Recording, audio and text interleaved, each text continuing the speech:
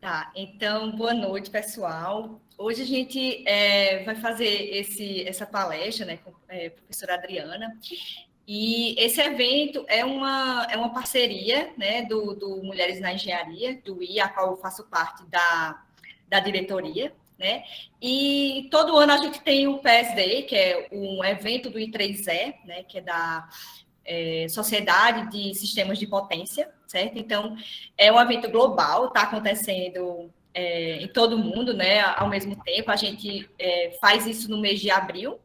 O dia mesmo do PSD é o 22 de abril, né? Que é amanhã. Mas aí a gente comemora, né? Tem eventos em todo o mundo no mês de abril. Inclusive, a gente vai estender até maio, né? Foram muitos eventos, aí o pessoal resolveu estender os eventos até maio, né? Se vocês quiserem dar uma olhadinha, tem o site do I3E PSD, que é o i3e-psdi.org, né? E aí lá vocês encontram todos os eventos, né? Tudo que tá acontecendo.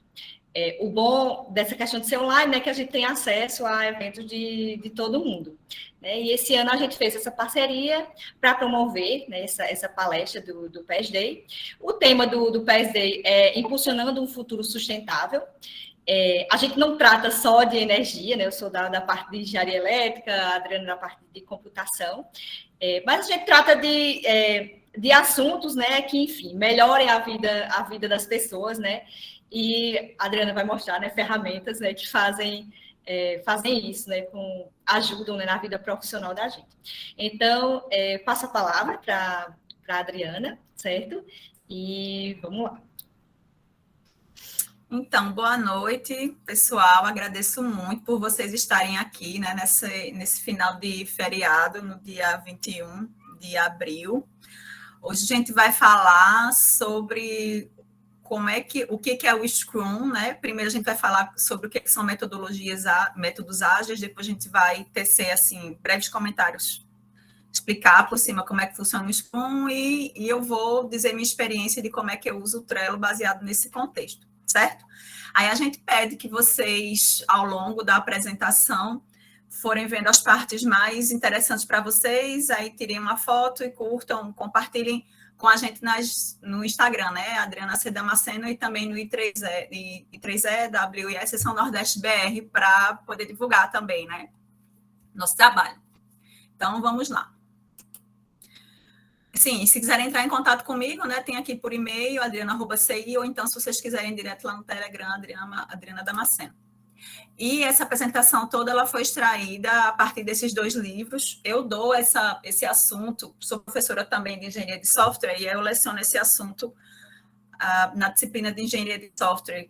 E aí, por isso, né, que está fundamentado nesses livros também. É uma mistura de algumas apresentações que eu fiz, mais brevemente, né, bem direto ao ponto, aqui sobre o Scrum.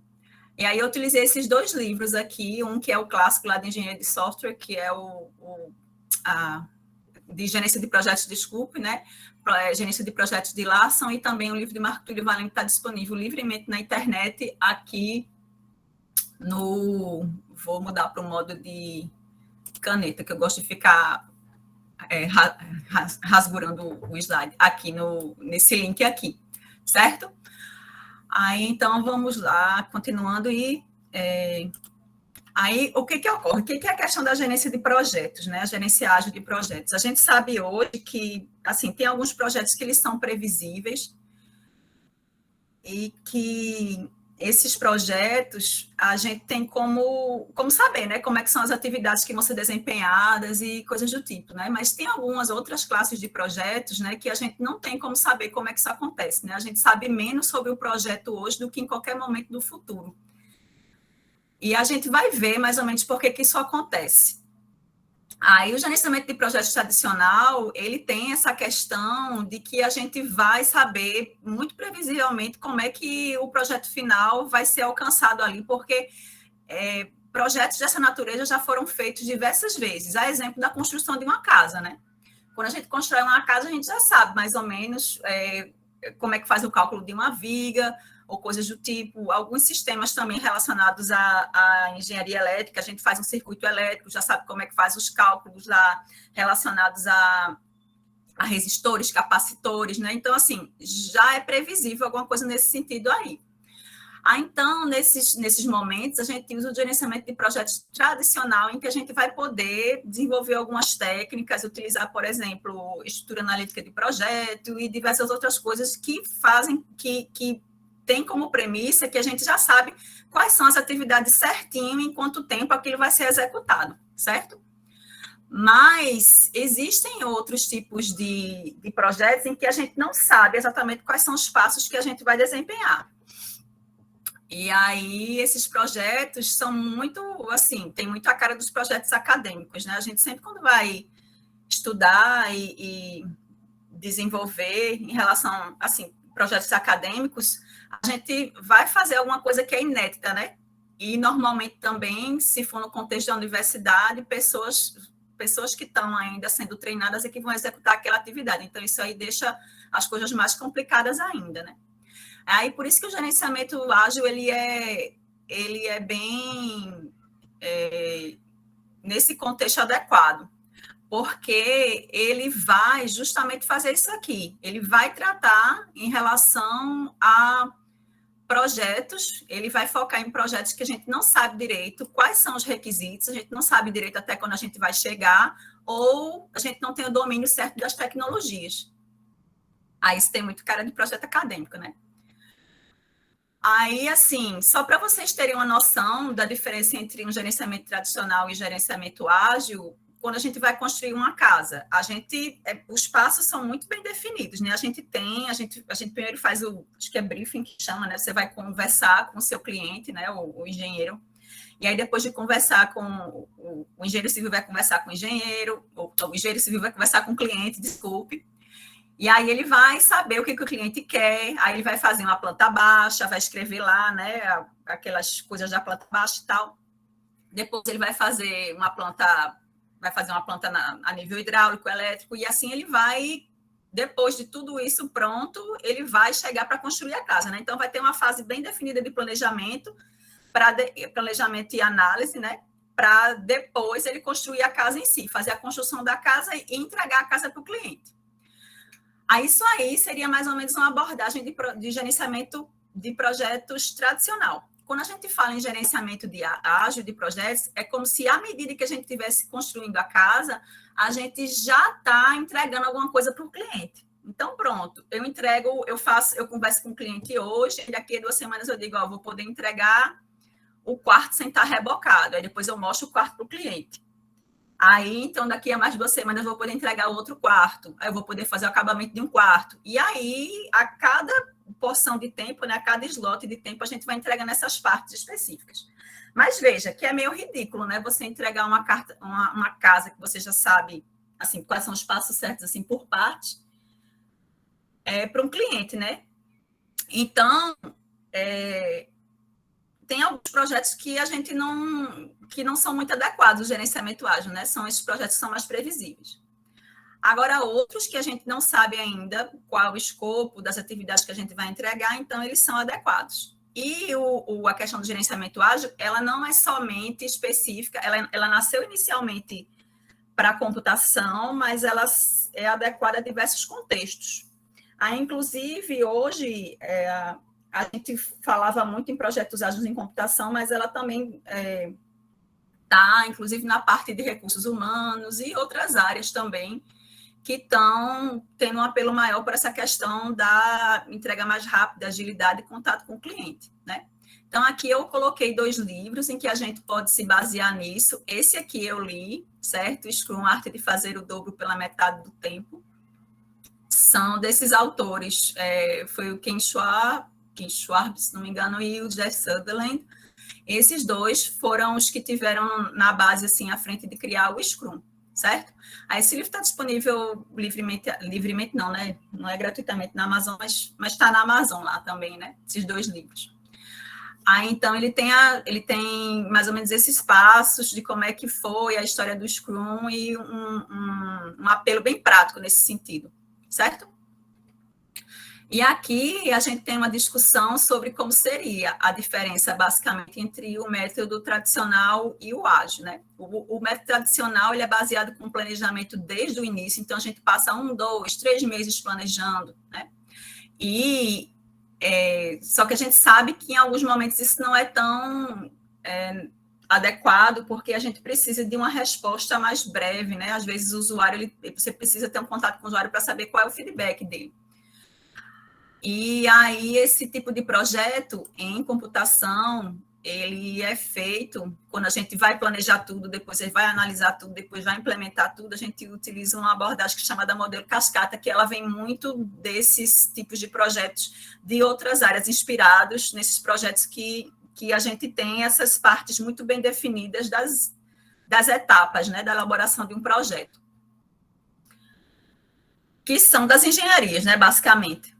Então, para esse tipo de projeto que é o tradicional, a gente tem um alto grau de previsibilidade, né, para ele ser eficaz, certo? Mas aí, quando a gente não tem essa previsibilidade, quando a gente sai do campo da previsibilidade, né, o que é conhecido e estável, esses projetos, eles funcionam. Só que aí tem uma parte em que é a parte do imprevisível, né? E essa parte do imprevisível, ela pode se referir tanto ao escopo quanto à tecnologia. Então, se eu tenho um time que ou não fez aquela atividade, ou em outras vezes, né, não tem experiência com aquela atividade, com aquele campo, pode ser, por exemplo, o mesmo pessoal de computação que sabe de uma tecnologia, mas não sabe aplicar a tecnologia, por exemplo, no ramo de finanças, né? Ou pode ser também um time que não tenha conhecimento da tecnologia. Então, isso acontece muito em projetos acadêmicos também, porque a gente sempre está com alunos de mestrado, de graduação e de treinamento, então eles têm que aprender aquela tecnologia para poder estar utilizando naquele contexto, né? Então, vai demorar mais para eles aprenderem. Então, aí, nesse sentido, é que os métodos ágeis, eles são aplicados quando o escopo é imprevisível ou quando o escopo ou quando a tecnologia são imprevisíveis, né? Então, é nesse campo aqui do desconhecido e do imprevisível que os métodos ágeis, eles são mais adequados. E a ideia central como eu disse a vocês, do cascata, né, em inglês chamado waterfall, é que primeiro você vai ter uma etapa de requisitos, depois você vai planejar o que você vai fazer, vai implementar, vai testar, aí você vai ter um sistema, né? Então, na área de potência, de engenharia elétrica, também não vai ser diferente, né? Você vai sentar para ver o que você vai fazer, vai projetar, vai implementar e vai testar se aquilo está funcionando para poder entregar para o cliente. Já quando a gente está utilizando a questão dos métodos ágeis, a gente tem pequenos incrementos, uma funcionalidade específica do sistema, certo? E que você vai trabalhar nela, uma partezinha, e aí você vai melhorar ela, vai mostrar para o cliente vai dar o feedback, você vai melhorar, vai mostrar outra parte, e assim vai até você entregar um sistema como um todo. Então, é como se você estivesse entregando um miolinho, aí entrega outra parte, e assim vai, aumentando até entregar um sistema como um todo. Então, é assim que vai acontecer em relação à questão do desenvolvimento interativo, que é a base para os métodos ágeis. Você sempre vai estar pensando em termos de incrementos, em termos de melhorias que você vai dando para aquele sistema. Você entrega sempre partes, partes que estejam funcionando, né, que tenham um mínimo de sentido, e aí você vai melhorando aquilo de acordo com os feedbacks do cliente. Aí, o gerenciamento ágil, ele tem como vantagens, né, nessa questão do desenvolvimento interativo. Você vai promover uma melhor integração das funcionalidades que tem lá no seu sistema, você vai poder verificar e validar melhor, porque à medida que você vai entregando essas funcionalidades, você vai poder mostrar para o cliente, ele já vai poder dar um feedback, certo? E assim, a grande questão de o cliente lhe dizer o que vai fazer logo tudo no começo, se você só mostrar para o final no cliente, né, que é o gerenciamento tradicional, ela é complicada porque ele não tem como lhe dar o feedback, certo? É à medida em que o projeto está sendo executado. E aí, às vezes, a gente tem até essa intuição no dia a dia da gente, né? Acho que vários de vocês aí que já alugaram uma casa, compraram uma casa na planta, por exemplo, um apartamento na planta. Ele vai explicando, mostra a maquete, tem lá na construtora como é que vai ser. Aí você, eu acho que vai ser bom. Só que quando a gente está morando lá, a gente vê, né? Que, por exemplo, o caimento do banheiro lá não está muito bom, aí você tem que estar o tempo todo lá puxando com um rodo, né? Tem sempre um problema ou outro. Às vezes, alguma coisa que não está funcionando, uma janela que não estava no canto certo, que você só vai ver quando você está morando lá, né? Aí esse é um dos riscos assim, do gerenciamento tradicional. Aí também tem a questão de que quando você está usando o gerenciamento ágil, você vai demonstrar sempre que aquele projeto está em progresso, né? Voltando para a questão da construção da casa, às vezes, na maioria das vezes, sempre se atrasa, né? Por questões extras da construção, material, às vezes tempo também. Então, na questão do gerenciamento ágil, você sempre tem que estar mostrando o que você fez durante aquela semana, se não mostrou quais foram as dificuldades e o que está acontecendo. E o gerenciamento ágil ele vem de uma família de vários métodos que estão dentro dele, são muitos, né? Tem o Scrum, o XP, o Kanban, o Lean Development. Esse é muito utilizado quando a gente vai tratar com projetos que estão em startups. Aí tem o RUP também, que em computação não é muito utilizado, o Crystal Clear, e assim vai. Esses outros, assim, os que eu vejo que são mais utilizados de métodos ágeis são esses daqui, Scrum, XP, Kanban e o Lean, certo? Aí, a gente vai focar aqui em Scrum, né? E aí o Scrum, o elemento principal dele, um dos elementos principais dele é a questão da sprint. A sprint, ela é um slot de tempo, é um intervalo de tempo onde você vai realizar determinadas tarefas lá no seu projeto, certo? Aí a sprint, ela está determinada lá que essas tarefas, elas vão ser representadas através do que a gente chama de histórias de usuário.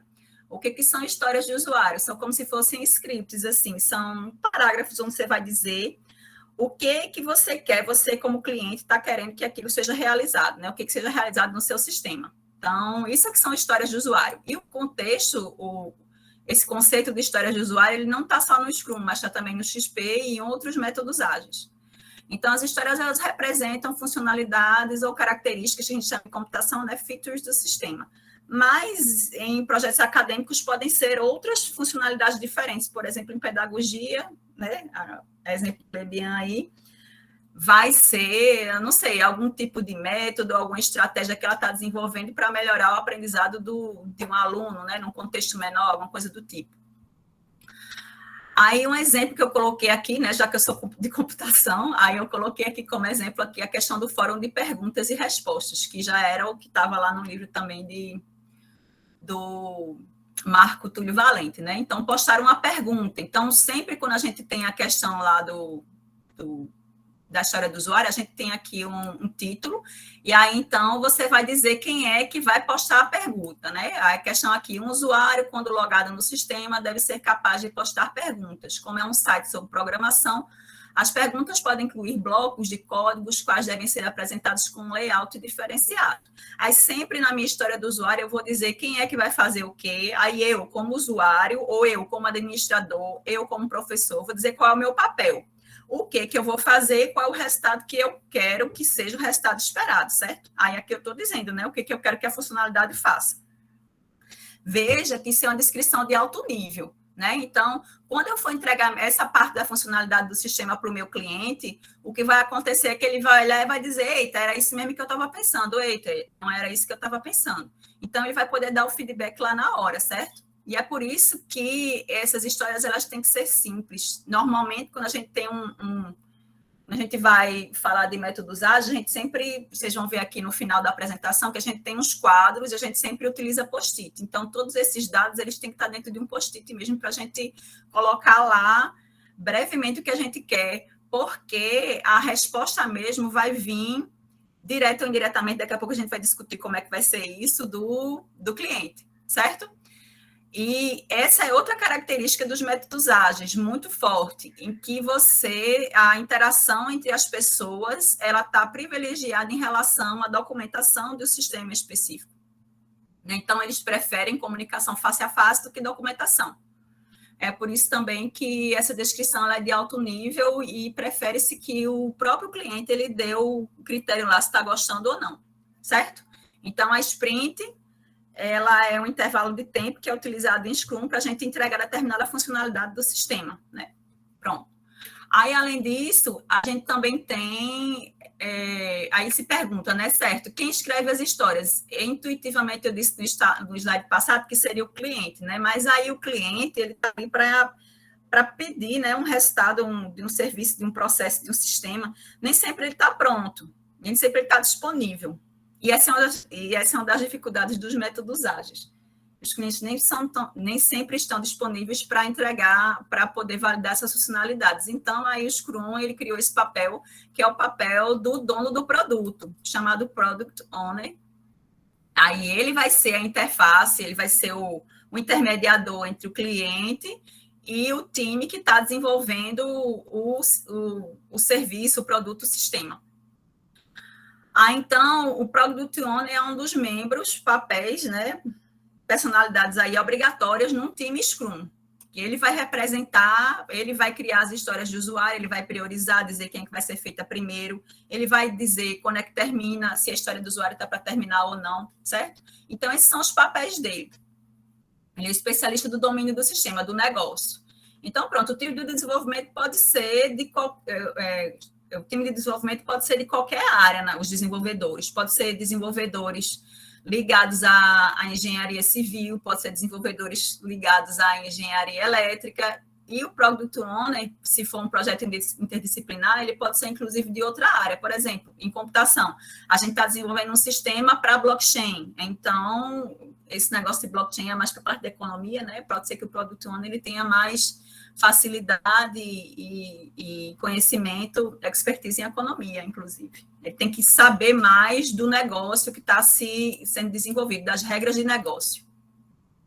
Então, o Product Owner vai ser responsável por escrever as histórias de usuário, definir como é que vai ser a aceitação, como é que vão ser os testes que vão ser executados ali para definir que cada história está pronta ou não, priorizar essas histórias, dizer quem é que vai fazer primeiro, qual vai ser feita primeiro, e manter o que a gente chama do backlog do produto.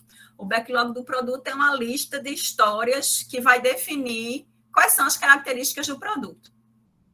E a gente vai ter uma explicação mais específica sobre isso, mais concreta sobre isso daqui a pouco. Então, o backlog do produto, como eu disse a vocês, ela é uma lista das histórias de usuário que foram escritas, né, pelo PO. Então, vão ser, assim, quadradinhos, onde você vai colocar as suas listas lá, vai dizer, eu, como usuário, gostaria que seja isso, isso e isso. Aí embaixo vai ter outra também. Aí, pronto, o backlog é isso, é essa lista, certo? Das histórias, de tudo que vai acontecer, tudo que você quer que funcione no sistema e quem é que vai desenvolver tal ação no sistema. Ela tem duas características principais. Ela pode ser priorizada, né? Aí sempre nessa lista, né? Como se fosse em ordem de coluna. Aí as histórias do topo. Deixa eu apagar aqui. As histórias do topo, elas vão ter maior prioridade, certo? Então vai ser da que tiver lá em cima para que tiver a que tiver lá em cima vai ser a que tiver vai ser a que tem mais prioridade, maior prioridade, e a de baixo vai ser a que tem menor prioridade. Porque, como eu disse a vocês, a gente tem uma intuição do que vai poder ser feito naquele sprint, naquele intervalo de tempo, mas a gente não tem certeza, né? Então, essa prioridade vai ser importante para a gente poder definir o que vem primeiro, depois do que foi terminado, né, anteriormente. E elas podem ser dinâmicas também. As histórias elas podem sair e entrar à medida que o sistema evolui do backlog do produto. Então, como a gente não sabe exatamente qual é o resultado, né, da implementação dessas histórias, a gente, à medida que os resultados forem sendo entregues, a gente vai decidir se mantém ou não, de acordo com o desenvolver do sistema que você está implementando. Então, o que a gente tem até agora? A gente tem a sprint, que é aquele intervalo de tempo onde a gente vai entregar determinadas histórias do usuário. A gente tem o dono do produto, que é quem vai dizer o que vai ser feito e a prioridade das histórias, né, que vai definir as histórias do que vai ser feito. A gente tem os desenvolvedores também que vão realmente implementar aquela história, né? Os desenvolvedores eles vão ser da área que o projeto está sendo desenvolvido lá, na área de engenharia elétrica, engenharia elétrica, que eu fico elétrica, eletricista, elétrica, civil, ou química, ou pedagogia, ou seja lá o que for, né? E o backlog do produto é bem dizer, um dos únicos, o único artefato mesmo que a gente tem lá é o quadro Scrum, né, que a gente vai ver, mas o backlog do produto, ele pertence ao quadro Scrum.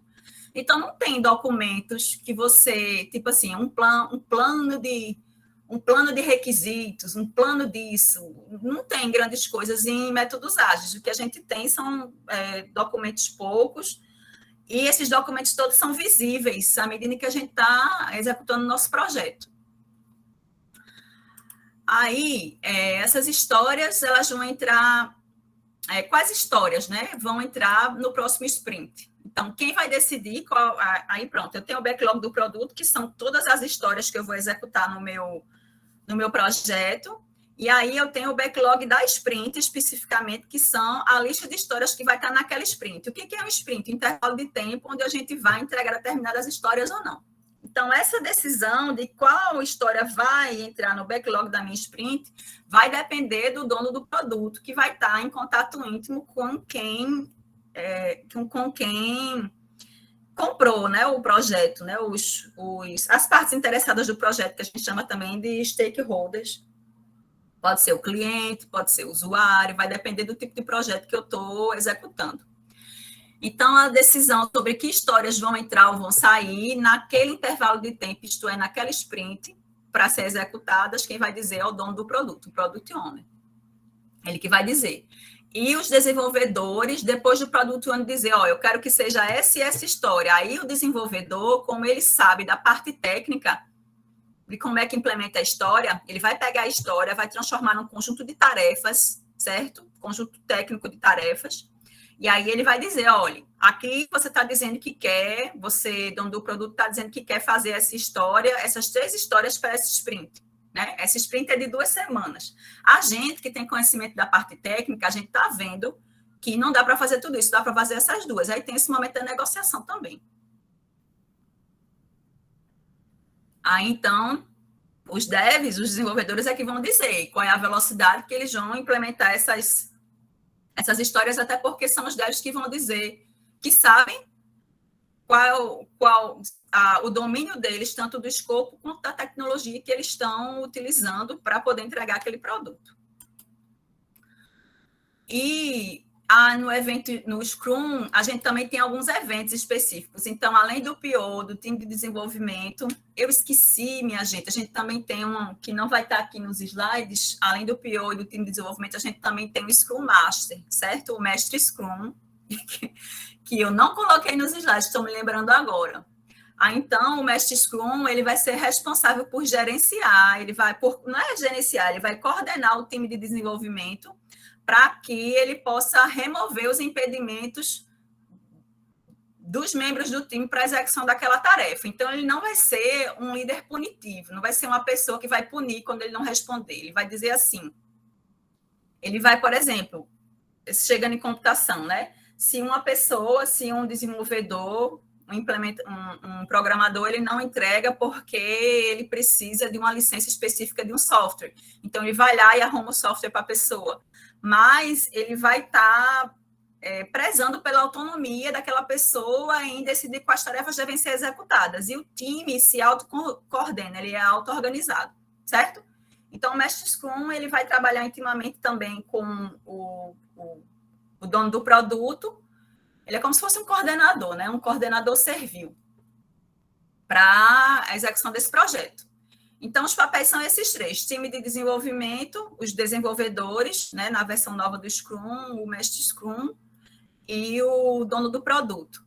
Aí, os eventos, agora chegou no slide, os eventos são as reuniões diárias, a revisão da sprint e a retrospectiva. Então, toda vida que o time de desenvolvimento tiver dentro daquele intervalo de tempo, né, por exemplo, 2 semanas, que é o sprint, desenvolvendo essas atividades, como é um time auto-organizado, o Scrum, ele diz que ele estabelece como boa prática que os membros do time de desenvolvimento, né, incluindo o Product Owner, o Product Owner não, o Mestre Scrum, o Scrum Master e o time de desenvolvimento, eles estejam ali envolvidos em reuniões diárias de até 15 minutos de duração. E aí eles dizem que essa reunião deve ser em pé, justamente para que demore menos. E ela serve basicamente para cada um dizer somente o que ele fez, o que o membro fez ontem, o membro do time, o que ele pretende fazer hoje e se ele está tendo alguma dificuldade. E aí, às vezes, assim, a dificuldade de um é a dificuldade de outro, e ali naquele momento já uma pessoa já passou por aquilo, já pode dizer qual é o problema, né? E aí depois uma reunião posterior já pode ajudar nesse sentido aí. Então, as reuniões diárias, elas acontecem para isso, para que você possa monitorar, para que o time de desenvolvimento possa monitorar o que está acontecendo, de uma forma geral. Certo? E, posteriormente, né, os membros podem trazer soluções, propor soluções entre si. Aí, pronto, depois do final da sprint, né, que aí pode ser o intervalo de tempo para poder fazer aquelas funcionalidades que foram definidas, então a gente vai ter o que a gente chama de revisão da sprint. Na revisão da sprint, isso aqui é uma reunião onde vai estar lá o PO, o dono do produto, certo? O Product Owner e as partes interessadas, os stakeholders, por exemplo, a pessoa que contratou para criar o software, a pessoa que contratou para criar o sistema lá, na parte de vocês elétrica, de potência, para ver o que foi entregue como funcionalidade e se aquilo é aceito, se é o que ele está pensando que era para realmente ser feito naquele momento, certo? Então, ali vai ser mostrada a implementação da história, né, para ela ser aprovada ou reprovada, ou então aprovada parcialmente. Se ela não for aprovada, isto é, se ela for aprovada parcialmente ou se ela for reprovada, então ela volta para o backlog do produto para ser repriorizada pelo dono do produto. Então, é assim que funciona a revisão da sprint. Então, veja, a revisão da sprint, ela serve, é uma reunião onde o dono do produto chega para ver o que aconteceu ali dentro do time, em comum acordo, né, que foi implementado pelo time de desenvolvimento e pelo Scrum Master. E a gente tem também, ao final da sprint, outro tipo de reunião, que é a retrospectiva. Então, a retrospectiva dessa daqui, o dono do produto ele não participa, porque ela é uma reunião avaliativa entre os membros do time de desenvolvimento, entre os desenvolvedores e o Scrum Master, certo? O mestre Scrum. Então, nessa reunião, é uma reunião avaliativa, retrospectiva, para dizer o que deu certo, o que não deu certo, onde é que precisa melhorar, e coisas do tipo. Então, vai ser uma reunião para tentar melhorar a questão do desempenho do grupo em si, o grupo como um todo que está participando do projeto. Aí o objetivo é esse, né? Trazer melhorias constantes para o projeto, não é realmente para lavar roupa suja, que às vezes acontece isso, né? Às vezes tem uma pessoa que tá de mal da outra e tal. Aí, nesse sentido, também o dono do produto, só fico querendo falar dono do produto, o mestre Scrum, ele vai estar ali para conversar com essa pessoa, saber a nível pessoal o que está acontecendo, se pode melhorar em alguma coisa também. E tentar também trabalhar nesse nível emocional também, né? Ele está monitorando o time, tanto a nível técnico quanto emocional. Mas aquele momento ali não é para lavar roupa suja, né? Isso aí pode ser decidido em outros momentos mais particulares, né? E se a gente está trabalhando num contexto remoto, são muito úteis também os softwares de retrospectivas. Então, tem, por exemplo, um software que a gente pode abrir daqui a pouco, quando a gente estiver discutindo, né, no nosso segundo momento, chamado Easy Retro. Aí ele é um software web mesmo, que você já abre lá, você já diz colaborativamente o que deu certo, o que não deu certo, e o que precisa melhorar, como pode melhorar. Eu posso até mostrar uma retrospectiva que eu passei, afinal, na minha disciplina de engenharia de software, ao final de cada etapa, né, são 60 horas, aí são 3 avaliações. Então, no final da primeira etapa, da segunda etapa e da terceira, eu faço uma retrospectiva, passo para os alunos para eles colocarem lá e a gente discute em sala de aula. É bem legal também, porque eles se sentem mais participativos, mais autônomos. Aí isso é muito bom para eles, né? Nesse contexto remoto, tá? É até interessante. E aí, só revisando, né? Então, a gente tem todos esses itens aqui, e eles têm o que a gente chama do intervalo, né, de duração. Aí, em Scrum, a gente chama de time box, o tempo específico para determinadas atividades. Então, essas atividades, elas têm um tempo de duração bem definido. Então, o planejamento, toda vida que a gente vai começar uma sprint nova, tem a fase de planejamento da sprint, em que vão ser retirados itens, né, do backlog do produto para o backlog da sprint. Isso aí é uma reunião de no máximo 8 horas. A seguir, tem as sprints, ela não pode durar mais de um mês. A gente também tem as reuniões diárias, que são no máximo 15 minutos. A revisão da sprint, né, em que participa o dono do produto, ela tem que ser no máximo de 4 horas, e a retrospectiva, em que o dono do produto não participa, mas é para trazer a questão dos feedbacks da melhoria contínua do time, isso aí vai ser no máximo 3 horas. São horários, são tempos, intervalos de tempo estabelecidos pelo Scrum. Pronto. E aí, depois disso, a gente tem aqui o que a gente chama do quadro Scrum, que é bem dizer, o único artefato, né? Assim, é o único padrão onde a gente coloca as informações escritas que o Scrum pede que exista, né? Então, a gente tem aqui o backlog da sprint, e aqui tem os cardzinhos, né? Com aquelas informações, eu como cliente, eu como funcionário gostaria de fazer isso no sistema, gostaria de cadastrar novos produtos, por exemplo, né? Aí, cada história de usuário dessa, ela vai ser passada, ela vai ser transformada em tarefas para o time de desenvolvimento, para que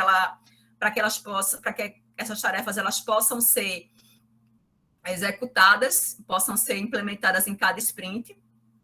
E aí, cada pessoa do time, ela vai ter um responsável, né, por executar cada cardzinho desse, cada post-it desse, e aí já vai para a coluna de fazendo.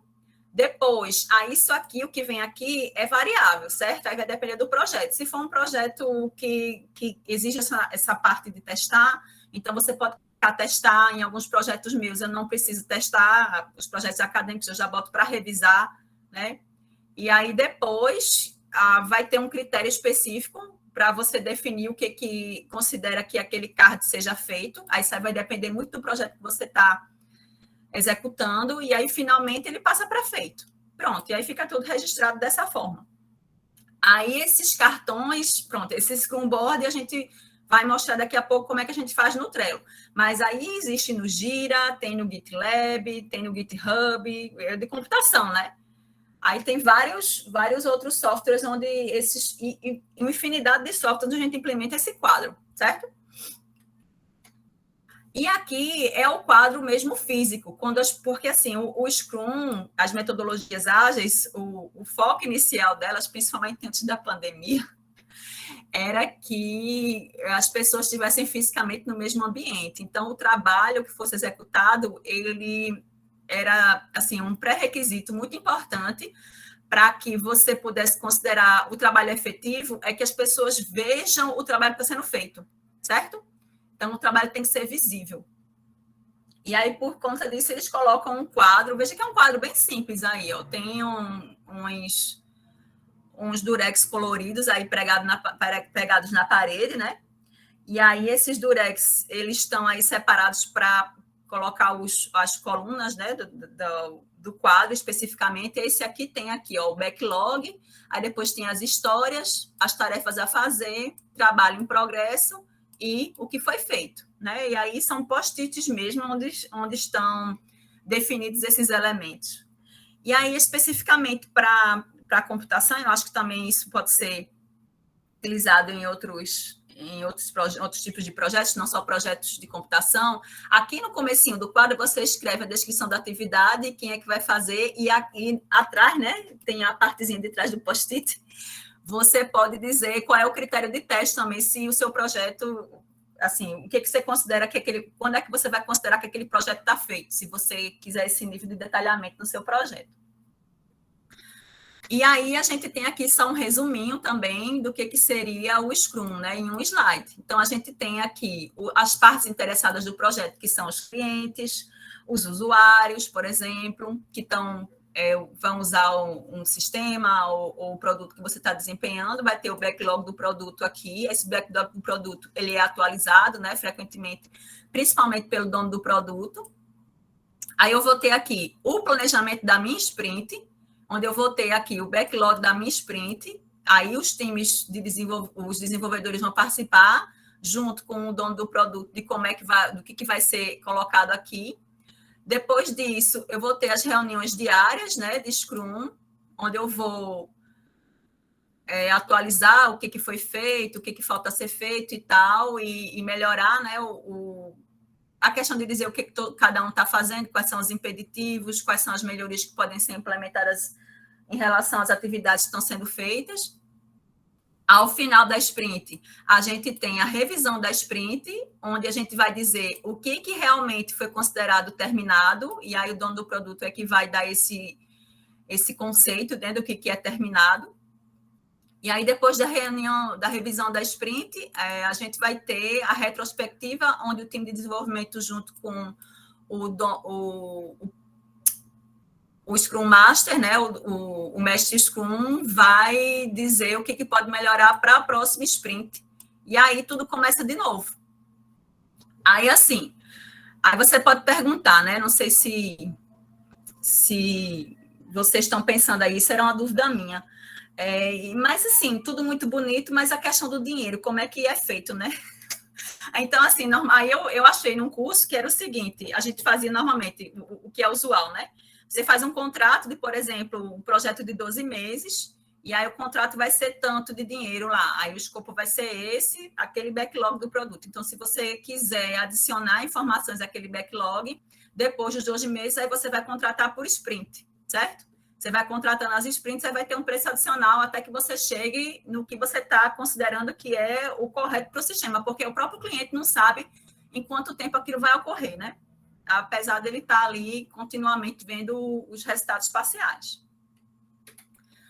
E a grande pergunta, né, já que a gente veio aqui não só para ver o que é Scrum, mas também para ver, assim, para discutir nós todos juntos como é que a gente vai fazer em projetos acadêmicos, como é que eu faço. Eu não faço tudo isso, porque os meus times, eles são muito pequenos. O Scrum, ele diz que o time de desenvolvimento tem que ter, é meio controverso esse número de pessoas, mas alguns dizem que entre 2 e 9, 2 e 11, mas assim, não vai mais do que 11 pessoas num time Scrum, certo? E aí, então, os meus times, eles não chegam a 11 pessoas, certo? São no máximo 6, 7. Aí, então, eu não... E aí, como no meu caso, são alunos, né, de graduação, na maioria das vezes, então esses alunos, eles não são muito maduros na questão de experiência, não são muito experientes, né? Então, tem algumas coisas de Scrum que eu não faço, não é exatamente Scrum que eu faço. Então, por exemplo, eu não tenho reuniões diárias, eu não faço revisão da sprint e nem faço retrospectiva. Eu faço sprints de uma semana e a cada uma semana eu faço revisão, eu faço essas reuniões com ele para sincronizar como é que eles estão, vou monitorando o que está acontecendo e tento assumir esse papel tanto do dono do produto como do Scrum Master, né, do mestre Scrum. Eu faço as duas coisas ao mesmo tempo enquanto eles participam no time de desenvolvimento, né, porque justamente eles são alunos de graduação. Aí isso acontece, eu gostaria muito, né, de ter, no caso de eu ser só o PO e ter o Scrum Master lá para poder me ajudar, mas isso eu já tentei fazer algumas vezes, mas pela falta de experiência deles, aí às vezes não dá certo, né. Aí o critério de dono, como eu sou o dono do produto, ele é definido por mim nas atividades e o meu Scrum Board ele é feito no Trello. Então, eu tenho... Antigamente eu usava o Google Classroom, mas ficava uma bagunça danada, porque ele não é muito bom visualmente, aí hoje eu tenho usado o Trello. E aí agora eu vou mostrar um exemplo de um quadro Trello para vocês, de 2 projetos. Vou botar aqui, fim da apresentação. Deixa eu me ver. Estou tentando. Pronto. Aí vou mostrar para vocês aqui agora um quadro no Trello para a gente ir discutindo e a gente vai conversando todos juntos.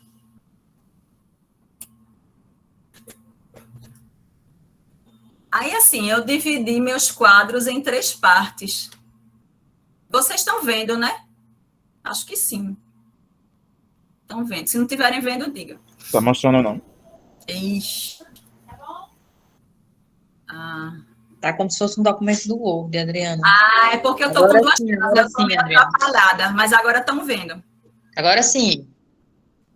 Eu vou parar a apresentação aqui e vou compartilhar a tela certa, então.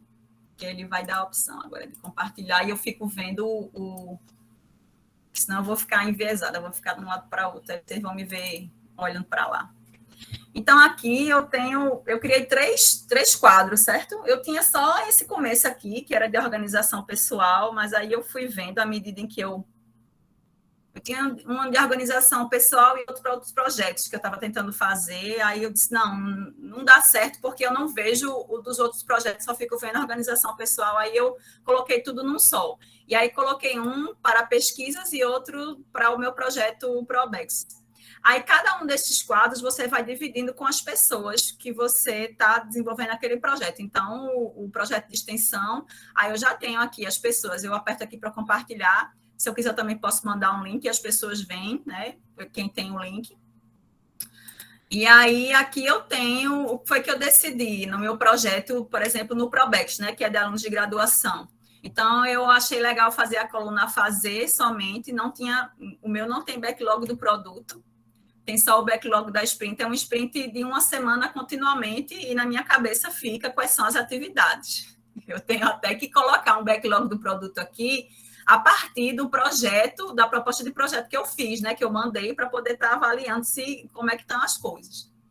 Então, tem aqui o que eu vou fazer, então, coloco, quando eu ainda não passei as atividades para os meus alunos, eu coloco aqui, eu tenho a ideia, eu coloco aqui, então, adiciono um novo cartão, escrevo o que é que eu vou fazer, revisar documento. Eita, peraí. Revisar documento. Enfim.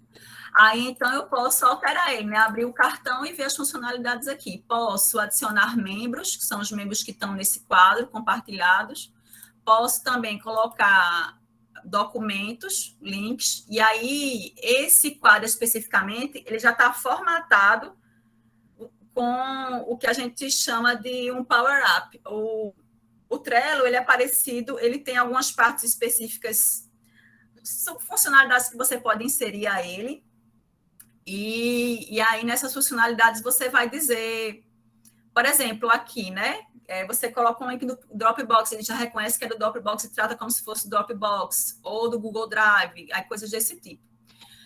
E aí ele já vai deixar customizado para isso. Aí tem outras funcionalidades que eu adicionei, várias que são de gestão de projetos, ele coloca, por exemplo, uma atividade que ela vai ser repetida semanalmente, ele já adiciona automaticamente em determinada coluna, você não precisa criar, né? Aí tem um conjunto de power-ups. Aí eu posso também colocar os labels para dizer quais são, posso dividir esses labels, customizá-los para deixar visualmente mais fácil, né, de detalhar lá. E definir a data em que aquilo vai ser entregue, e aí isso aí é muito legal, porque eu também pesquisei uma forma de, na minha agenda, que eu tenho uma agenda pessoal, né, do Google Agenda, aí eu já defino a data aqui e já é importado automaticamente para a agenda, então eu já fico, quando eu abro minha atividade do dia, já tem na minha agenda que aquela atividade daquele projeto está no prazo final, e já tem dizendo quem é o responsável, se sou eu, se é um aluno meu, uma coisa do tipo. Então, aqui, aí você, quando a gente está numa reunião, né, eu vejo quem são os responsáveis, aí a gente teve uma reunião logo hoje às 5 horas. Então, pronto, aí eu pedi, por exemplo, para a Joyce fazer a questão do planejamento estatístico. Aí já disse aqui no planejamento estatístico, né, quem era o responsável, Joyce, e aí a data aqui que seria até hoje, né, até mudei, não alterei, né, para hoje, era para ser para outra data. Mas aí, coloquei aqui na descrição o que seria para ser feito, e aí, por conta do Power Up que eu instalei aqui nesse quadro, aí esse link aqui desse livro, ele já fica nesse formato, né? Os PDFs, ele já reconhece dessa forma.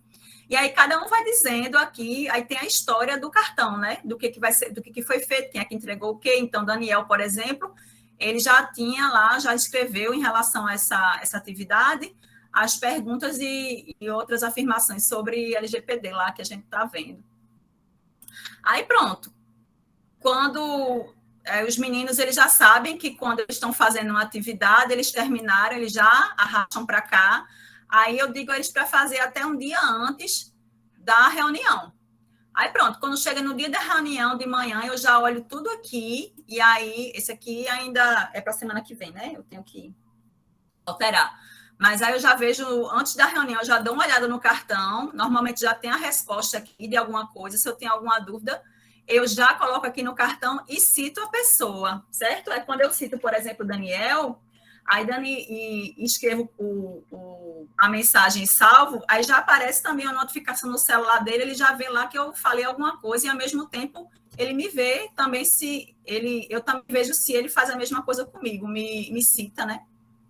Aí isso é bom porque melhora a questão da comunicação e, ao mesmo tempo, aquela comunicação está adicionada ao cartão, né? Não fica um negócio lá no Trello, lá no WhatsApp, aquela coisa espalhada, né? Aí é bom que você vê a história todinha aqui, porque às vezes a gente fica coordenando muitos projetos, daqui a pouco a gente não sabe nem o que a gente está fazendo. Eu, pelo menos, tenho esse problema. Aí, então, pronto, aí eu já vejo antes da reunião, e aí o que eu não quero discutir, eu já coloco aqui em feito, e aí eu nem discuto. Aí a gente só discute o que está em revisando e o que falta fazer ainda e que já passou do prazo. Né? O que não passou do prazo, eu só pergunto se tem algum problema ou não. Aí os meninos, especificamente, eu também vi, né, como eles são alunos de graduação, eu também vi que eles não estavam entregando as atividades, isso estava gerando um overhead, uma demanda excessiva para mim, porque eu ficava procurando, aí fulano, você vai, você não vai e tal, isso aí, né, é um desgaste. Aí eu disse, olha, estou criando uma coluna de penalidades aqui.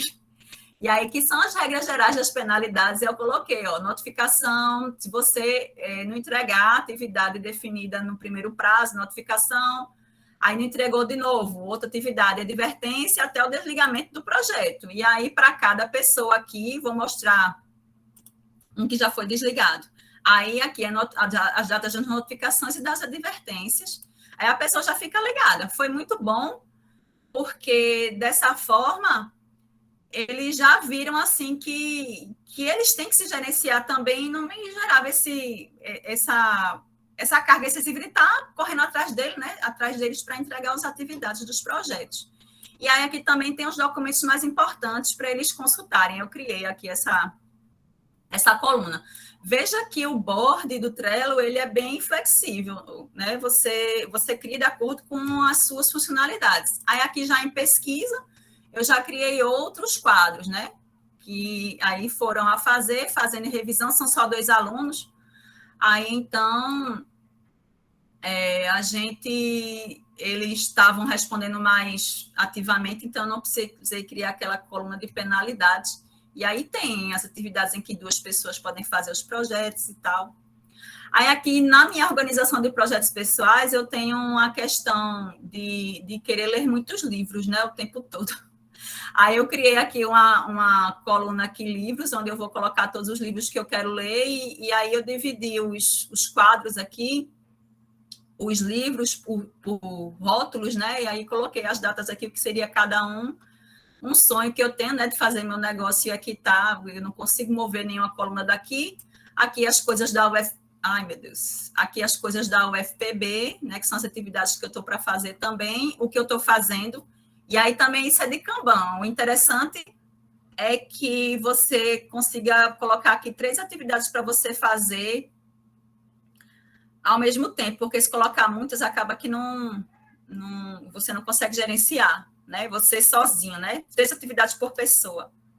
Porque o chaveamento, nessa questão de você ficar mudando de uma atividade para outra, isso aí também também toma tempo, né? Então, o interessante é que você foque em determinadas atividades. Aí eu coloquei aqui outra coluna do que foi feito na semana, o que foi feito geral e pronto. É isso aí. Agora eu queria saber de vocês. Estou aqui descompartilhando o que vocês acharam, se vocês têm alguma dúvida, como é que vocês fazem, como é que vocês usam. Alguns de vocês, Matheus chegou, né, Matheus? A gente já está com 26, a gente começou com 11. Que bom que vocês chegaram mais e não foram embora. Querem falar alguma coisa? Já estou aí 1 hora falando. Lédia, pode falar. Olha, um caso sério, viu? Eu falo demais, desculpa aí. Deixou eu falar, eu levantar a mão, né? Só aquele aluno que, quando o professor abre o espaço, já está. A aluna da carteira da frente. Ei, mulher, você estava na cadeira da frente, aquela pessoa chata. Então, eu estou usando, já tentei usar o Trello, certo? Algumas vezes em projetos. Confesso que, né, a ferramenta acho ótima. Posso até abrir o meu quadro aqui do Trello, do projeto atual. E a gente está usando nesse projeto que eu falei, do FND. Não, assim, adorei a questão da metodologia em si, explicar, né, todas as etapas desse processo de gestão e essa coisa da organização dos times, né? Acho isso super interessante. E, Adriana, sua apresentação foi muito clara, né? Muito objetiva, muito didática, né? Legal assistir uma apresentação assim, principalmente a gente que vem da pedagogia, né? Ver que vocês são de outra área e conseguem, né, fazer apresentações tão didáticas, né? Parabéns. E aí, lá nesse projeto que a gente está fazendo, que é o Secamp Nordeste, é um projeto muito grande. É um projeto nacional com uma equipe imensa, com 3 eixos trabalhando ao mesmo tempo. Eu sou de um produto, que é chamado Produto 2 do eixo Assistência Técnica. Então, o FNDE solicitou que a gente usasse o Trello, né, como forma de gestão, para que eles acompanhassem o que a gente está fazendo. Então, assim, qual é o estágio, né, que a gente está? A gente tem o Trello, eu posso compartilhar aqui rapidinho, porque está gravando, não sei se posso compartilhar. Da gente, mas o que eu observo, né? Minha área é mais simples porque, para mim é mais simples porque eu já conhecia já e é da área de tecnologia aplicada à educação, né? Que é a minha praia. Mas a maioria dos outros pesquisadores, no caso da gente, são de educação, né? Não tem familiaridade com o uso dessas ferramentas, por exemplo, né? E eu percebo que a gente falta essa formação mesmo, de entender uma metodologia de gestão de projetos mesmo, como você coloca, e não só entender e aplicar. Achei interessante você dizer, ó, lá no meu projeto, em projetos acadêmicos é aplicável, mas a gente tem que fazer adaptações, né? Porque eu já não faço a revisão da sprint, não faço 3 etapas lá, que seria a reunião diária que você colocou. Então, assim, eu observo, na minha prática, né, que as pessoas não conseguem usar a ferramenta com a funcionalidade que ela tem, que é de gestão do projeto de forma ágil. As pessoas usam como registro apenas ao final de cada etapa. Então, a gente terminou uma etapa tal. Gente, a gente tem que atualizar o Trello. Aí vai lá no Trello e atualiza, entendeu? Mas, em geral, é uma pessoa só, 2 que ficam encarregadas da equipe, no caso eu, né, sou uma das encarregadas de atualizar o Trello da equipe do Produto 2, porque as outras pessoas não têm esse domínio, não têm, e aí é um domínio tecnológico, a meu ver, né, de uso mesmo da aplicação, mas existe uma outra parte, que é essa parte mesmo, Adriana, que eu acho que é a gestão do trabalho. Eu acho que a gente, e aí eu vou falar, né, talvez por conta das condições de trabalho, né, do fato da gente trabalhar fazendo muitas coisas ao mesmo tempo, assumindo muitas responsabilidades ao mesmo tempo, a gente não consegue, né, desenvolver estratégias de gestão do próprio trabalho, porque isso, inclusive, leva tempo. Você disse, ó, para eu acompanhar, por exemplo, eu tenho que olhar o Trello todo dia da minha equipe, eu tenho que ler o que eles escreveram nos cartões, eu tenho que colocar feedbacks lá, né? De repente, um dos meus desenvolvedores tem uma dúvida, tem uma dificuldade, você está agindo lá como PO e como mestre Scrum. Então, você tem que ir lá e apresentar uma solução. Isso é um tempo do seu trabalho que você tem que dedicar à gestão dessa aplicação. Então, é interessante falar disso porque você coloca no livro inicialmente, vou encerrar minha fala, Scrum, né, um método ágil para eu fazer o dobro do trabalho na metade do tempo, que é lá o livro que eu acho que eu vou até procurar para ler. Mas aplicar uma metodologia de gestão implica em inserir as atividades de gestão na parte do tempo do próprio trabalho. E eu observo que as pessoas não conseguem usar por isso, porque é tipo assim, é mais uma coisa para fazer. Então, as pessoas não entendem assim, tipo, isso aqui vai consumir uma parte do meu tempo, mas em contrapartida vai me gerar um resultado melhor, porque eu vou alcançar, né, esse resultado no tempo correto, no prazo estabelecido. Mas na prática, todos os dias eu vou ter que dedicar um espaço do meu tempo para a gestão dessa ferramenta.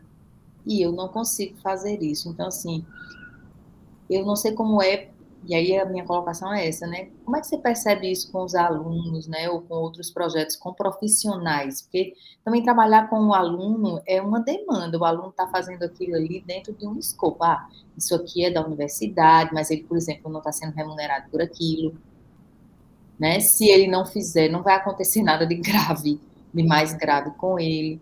No âmbito profissional, não.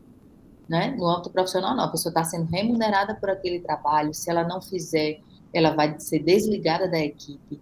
Ela pode ter que devolver o valor que ela recebeu, porque ela não cumpriu no prazo. É o nosso caso. Né? A gente está com um projeto financiado. Então, se a gente não cumprir as metas, a gente pode ter que devolver os valores do projeto.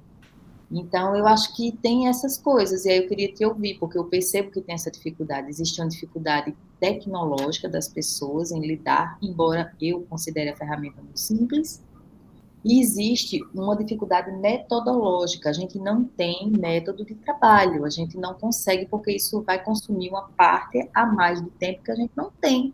Na prática, a nossa vida é uma loucura, né? E gerenciar com esse nível de organização, que é o ideal, iria nos demandar mais uma fatia de tempo que a gente não tem para dedicar a essa atividade. Então, é por aí meu comentário, e ouvir um pouquinho da experiência de vocês, de outros campos, né, com essas duas dificuldades tecnológicas e metodológicas de gestão do trabalho.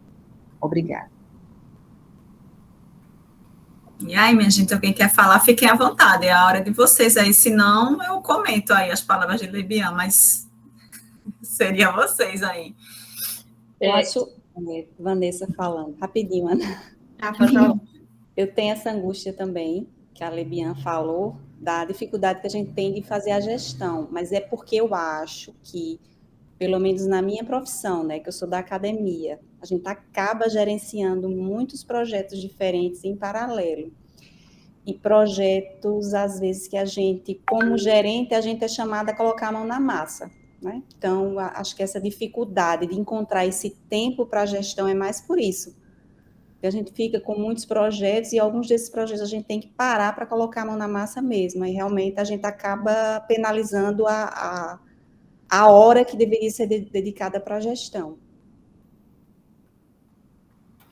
Isso, aí só complementando, né, Francisco fez um comentário aí no chat, que é justamente isso, né, acho que a principal dificuldade, e eu também tenho essa opinião, e essa constatação, né, não só a opinião, a constatação, de criar a cultura do uso, né, e aí Lebian falou em relação a isso, né, depois que faz, aí vai lá e presta conta do que fez, que na verdade teria que ser uma coisa contínua, né, de uso contínuo, né? Acho que criar essa cultura na equipe de utilizar, né, continuamente a ferramenta, eu acho que é o mais complicado, né? Dar o start aí e continuar utilizando, né?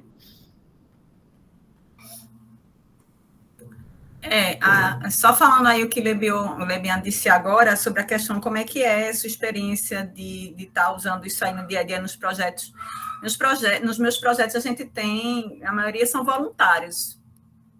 E aí eu vi que realmente tinha alguns que não estavam correspondendo. Eu passava atividade e não entregava, e por isso que eu criei aquela coluna lá de penalidades. Porque eu entendi que seria melhor ter uma pessoa, mesmo que voluntária, que tivesse dedicada ao projeto, do que ter uma pessoa ali só para dizer que está, mas não está, né? Porque aquilo acaba gerando para você um trabalho, de você procurar pela pessoa, de você investir o tempo na pessoa, treinar e ela não lhe retornar, né? Então, aí eu tive que fazer essa forma impositiva, que eu não gosto, eu odeio, mas de vez em quando, até para aplicar o método, eu tenho esses momentos em que eu tenho que sentar e conversar com os alunos, dizer, olha, o que está acontecendo com você, que é a questão do líder, né, servidor. O que está acontecendo de métodos ágeis, né? O que está acontecendo com você? você está com alguma dificuldade, você realmente está tendo como prioridade esse projeto, e esse tipo de coisa. Acima da ferramenta está a cultura, certo? A cultura e o propósito, realmente, a intenção de estar no projeto. Ferramenta nenhuma vai suprir essa falta de entendimento na cabeça da pessoa que está no time de desenvolvimento, de realmente se dedicar ao projeto. Então, se as pessoas estão ali com a intenção de estar contribuindo para o projeto, a ferramenta ela vai facilitar. Mas se as pessoas não estão, então a ferramenta também não vai fazer a mágica, né? Tem essa questão aí.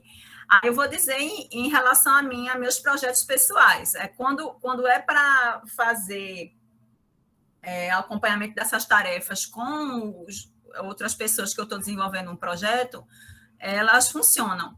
Agora, quando sou eu somente nos meus projetos, e a Vanessa pode também confirmar, porque a gente está com um artigo aí para 50 anos e eu não entrego para ela, as coisas que eu não tenho prazo, eu vou deixando para depois. Mas eu deveria, eu até achei que isso era uma falha minha, e aí eu gosto muito de fazer cursos sobre organização. E aí eu vi uma das estratégias, você tenta defender a sua agenda. Então, você cria na sua agenda, separa partes de tempo na sua agenda de planejamento para você fazer aquilo. Mas aí, às vezes, realmente, você tem uma atividade e aquela atividade demanda mais tempo do que você estava planejando e acaba passando dessa atividade que você planejou, que era só para você entregar aquele prazo definido, né? Aí tem essa questão aí. Aí hoje minha dificuldade maior está nisso aí. Diga, Vanessa. Não, é que tem uma coisa que eu gosto de usar para mim, e eu aproveitando que tem alguns alunos ainda, é fazer uma matrizinha, onde eu divido as coisas que eu tenho para fazer em urgente, não urgente, importante e não importante. É a matriz Eisenhower. Isso, a gente tende a trabalhar no que é urgente, mesmo quando não é importante. E comigo, eu sempre tento, tipo, se eu rendo melhor pela manhã, então que eu estou com mais disposição pela manhã, eu tento trabalhar nas coisas importantes e não urgentes, entendeu? Porque quando eu estou cansada, com a cabeça já cansada, aí eu vou para aquilo que é urgente, porque a urgência, o fato de ser urgente, me dá o gás que eu preciso para fazer, mesmo se eu não estou mais com aquela concentração, com aquele pique. Então, eu tento trabalhar dessa forma. Então, por exemplo, eu tiro a segunda-feira pela manhã para eu estudar inglês. Entendeu? Porque estou começando a semana, estou com pique, vou estudar inglês. Estudar inglês, para mim, não é urgente, mas é extremamente importante. Então, eu dedico o meu horário, que eu estou com mais disposição, digamos assim, para fazer essa atividade. Porque senão a gente vai empurrando com a barriga e aquilo que é importante, de repente, chega o momento de você usar aquilo e você não se preparou. Né? Porque você só cuidou das coisas urgentes, e às vezes das coisas urgentes e não importantes. Né? Por exemplo, chega uma mensagem no WhatsApp, né? O novo meme, o meme do momento. A gente pode estar fazendo o que for, mas a gente para e vai ver, né? Porque aquilo dá aquela sensação de que é urgente, eu preciso ver, embora seja uma grande bobagem. E hoje a gente tem se dispersado muito. Nós, os brasileiros, a gente se dispersa muito. Eu acho que o grande problema dos brasileiros é que a gente não deixa a desejar em criatividade, principalmente criatividade. Eu acho que nós somos inteligentes, a gente tem uma facilidade de se adaptar às situações, mas a gente peca em disciplina, né? A gente não é disciplinado, a gente se dispersa muito facilmente. E principalmente agora, a gente tem um monte de gatilho que faz a gente se dispersar, né? E aí eu digo, os jovens principalmente, eu percebo, eu só tenho 10 anos de universidade, mas eu percebo que nos últimos anos, o pessoal está muito disperso, está muito alheio a um monte de coisa, e a gente vai pagar uma conta cara por isso, né? Mais na frente. Então, eu acho que tem um livro que eu gosto muito, é um livro que tem um título muito caça-níquel, é muito apelativo, mas é um livro que o conteúdo, apesar do título ser assim, o conteúdo é muito bom e ajuda a gente a fazer uma organização pessoal, que é os 7 hábitos das pessoas altamente eficazes. Tá? Desconsidere o título, que ele é bem apelativo, mas o conteúdo é bom, ajuda muito a você fazer uma organização pessoal. Vou atrás para ler. Assim, eu conheço todas essas teorias, mas às vezes é bom ter um feedback de uma pessoa de fora para a gente ver se realmente, nesse momento aí que a Vanessa falou, ela tem razão, eu poderia estar melhorando nisso aí. Alguém quer falar mais alguma coisa, minha gente? Porque eu só estou falando porque para não deixar no vácuo. Vai lá, Felipe, estou querendo te escutar. Opa, pessoal, boa noite. Estão me escutando bem? Sim. Bom, eu sou estagiário de teste de software e utilizo bastante o modelo Kanban, Scrum e também utilizo um pouco de Six Sigma, né, de metodologia ágil de Lean. E eu trabalho numa equipe com 10 pessoas, aproximadamente 10 estagiários. E a gente tem o Scrum Master, que no caso é o professor Maritan e o professor Raoni, que a professora Adriana e alguns de vocês aí devem conhecer. Mas quem fica encarregado mesmo, assim, em guiar o pessoal sou eu, que sou da área de qualidade. E eu sei que tem muita gente aí que é da área de TI, da área de engenharia, de ciência da computação. E eu digo para vocês que na área de desenvolvimento de software é fundamental você trabalhar com metodologias ágeis, especialmente quando você chega na fase de testes da aplicação, do artefato, porque da forma que eu trabalho desse jeito que a Vanessa falou, a gente tem a ordem de prioridade lá dos problemas, das tarefas que são colocadas nos boards, e isso já é uma forma de você guiar a sua equipe aí num caminho mais adequado.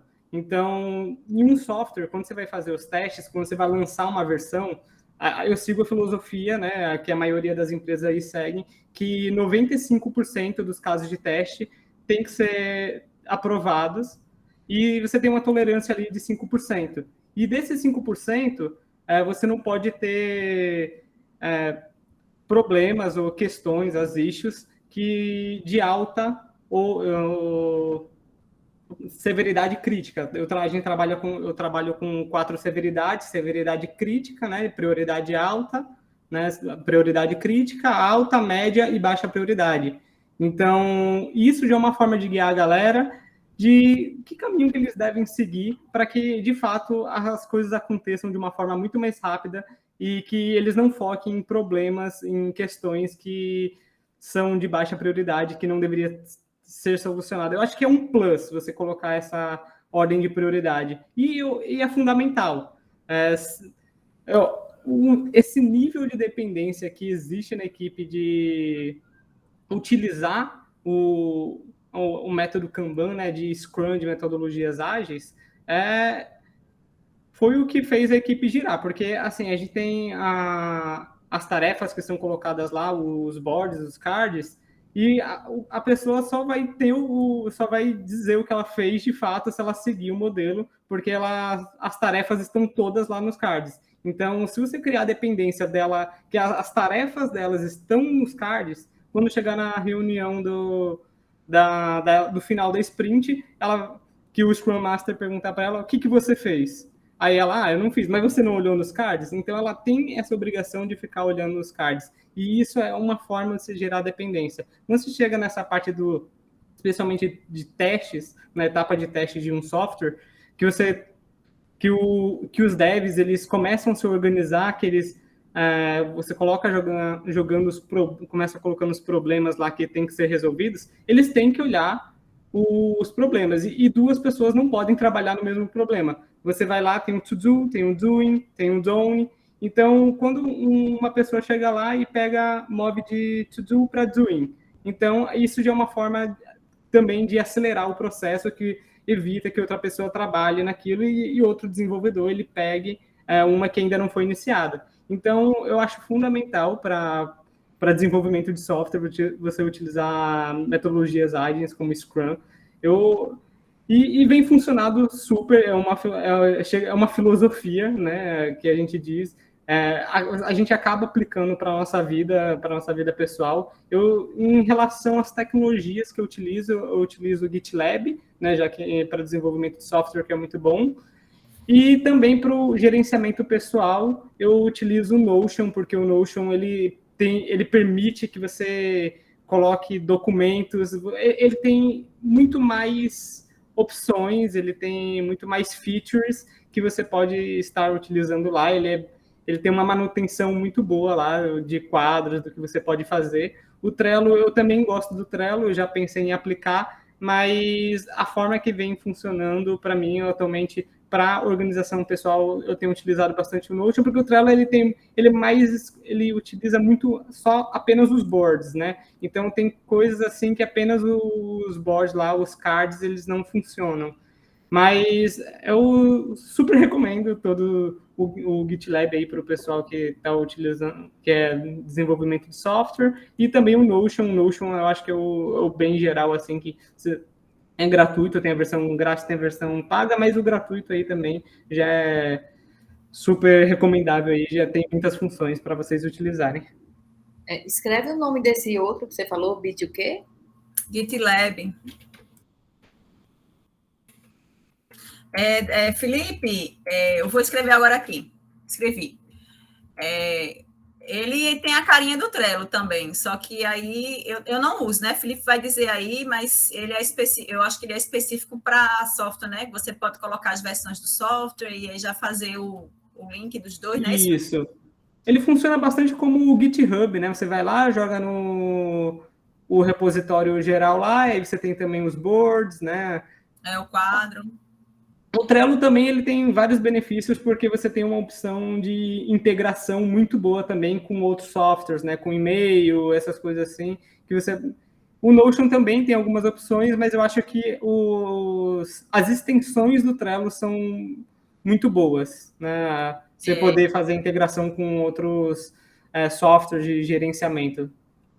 O Trello tem muitas extensões, como o Google Chrome, né? Que a gente coloca as extensões, aí o Trello também tem. Só que no Trello chama Power Up. E aí, antigamente, a gente só podia colocar 2 Power Ups por quadro. Aí agora parece que eles aumentaram, pode estar quantos quiserem. Eu mesmo não tenho dificuldade de usar o Trello na versão paga, não. Não tem nenhuma limitação para mim. Mas aí, Felipe, Vanessa sugeriu aqui, você... Assim, a questão do Notion, você usa o Notion, lá tem um quadro também, um quadro desses que eu mostrei aqui ou não? Com tudo tem um quadro, se quiser, eu posso até mostrar. Eu uso ele para o centro acadêmico, né? Que eu sou representante discente do pessoal aí. Ele faz várias coisas lá no centro de informática, viu, pessoal? Vanessa deu a deixa aí, né? Felipe, você coloca seu e-mail aí no chat. Você vai fazer uma oficina para a gente. A gente sempre faz. Sempre faz cursos, enfim, oficinas, coisas do I3E, certo? E assim, tendo jeito para fazer, a gente, com esse negócio de ser online, né? Então a gente aproveita, né? O pessoal para fazer, né? Então, por favor, coloque seu e-mail aí. A gente depois entra em contato. Enquanto o Felipe está compartilhando aí a tela dele para ele mostrar rapidinho, mas assim, o Notion ele é bom porque ele é tipo como se fosse um caderno virtual também. Ele tem a parte de listas, você pode criar listas. Aí você, por exemplo, para uma disciplina específica, um assunto, você também cria os seus cadernos, escreve lá, aquele caderno você já pode publicar ele como se fosse um HTML, aí manda para alguém, faz um site, ele é bem flexível. Aí ele está procurando. Pronto, posso compartilhar a tela, né? Fique à vontade. Pronto, vou compartilhar a tela aqui. Deixa eu compartilhar a guia.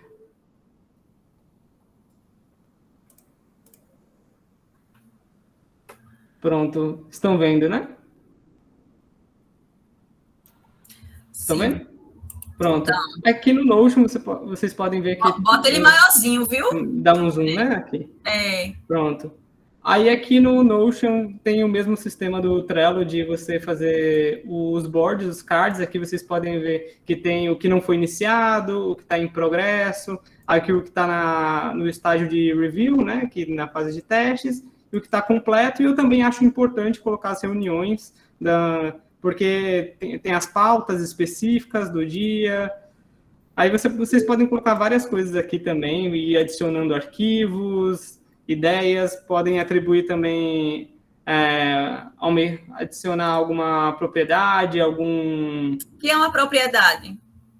E Lebian está perguntando se você está usando a versão gratuita ou paga. É a versão gratuita, eu utilizo gratuito. Vocês podem adicionar, deixa eu ver aqui se eu tenho alguma coisa aqui. alguma coisa com documento. Acho que provavelmente eu tenho alguma coisa aqui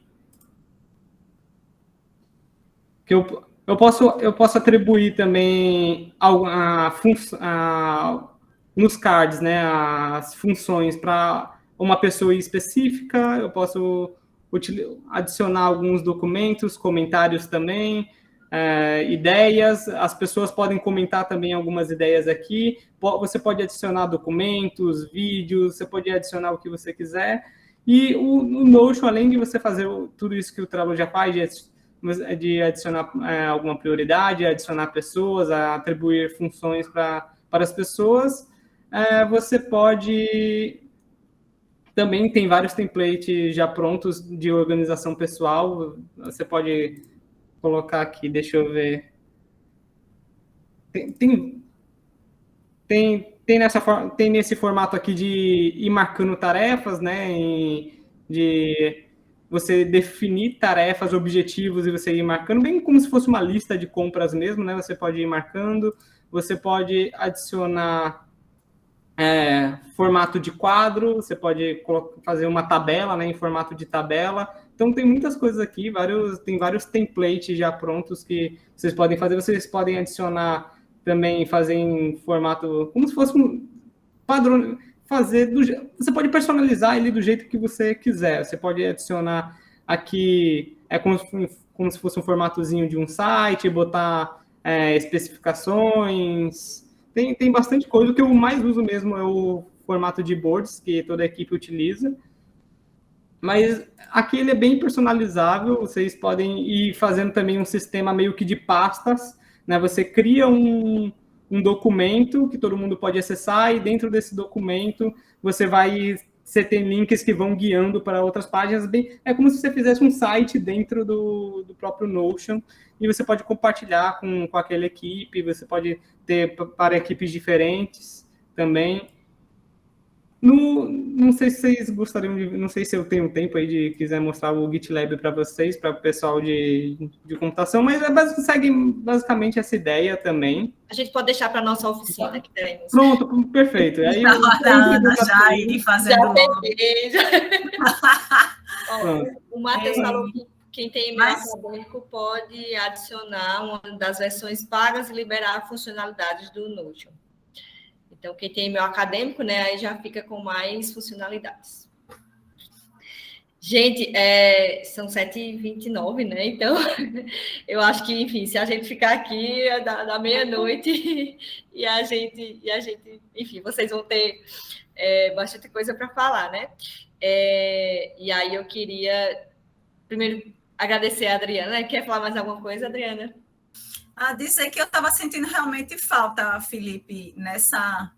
Espera que eu vou terminar as minhas falas finais no Trello, de uma parte para você colocar documentos. Aí eu estou usando para isso os links do Google Docs para fazer. Realmente eu estava com essa intuição que estava sentindo falta. O Notion realmente ele é mais completo nesse sentido.